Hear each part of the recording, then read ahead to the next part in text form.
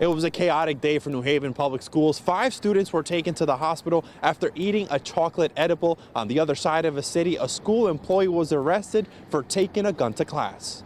Around 11:30 a.m., New Haven emergency personnel rushed to Bishop Woods after 5 students, ages 12 to 13, ingested chocolate THC edibles. One of the students talked with one of the teachers and said the student gave us this subject, but the vomiting and the lethargy was obviously very, very concerning, and that's why the ambulances were called. AMR and the fire department responded quickly, transported the students.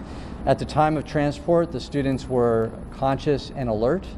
They've been improving since they've been at the hospital. The 5 are now in stable condition, and as police worked on this case, about 30 minutes later, a teacher's assistant was arrested for carrying a loaded Glock. Despite Sonetta Powell being a permit holder, she's now charged with breach of peace and possession of a weapon on school grounds.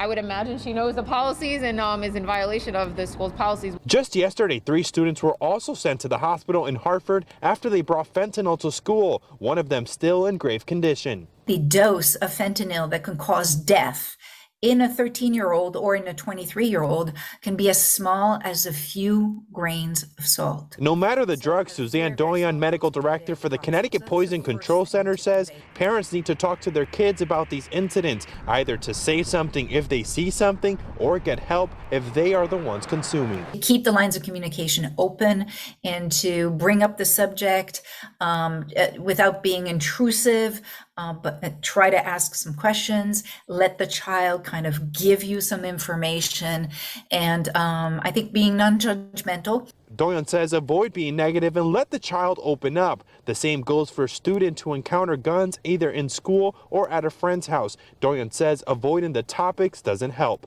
In New Haven, Christian Colon, Channel 3 Eyewitness News. All right, thank you.